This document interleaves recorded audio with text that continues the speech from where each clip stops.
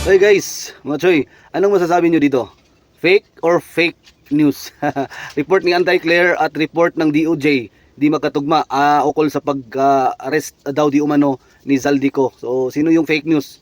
Si Anti-Claire o yung gobyerno natin? Kayo nang umusga. Maayong adlaw, Iloilo Press. Nahuli na si Zaldico. Bunga ito ng matibay na paninindigan ni Pangulong Ferdinand R. Marcos Jr.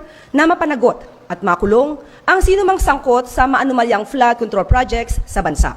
When Zaldico was, again, we have to be careful with the nomenclature. It's not arrested.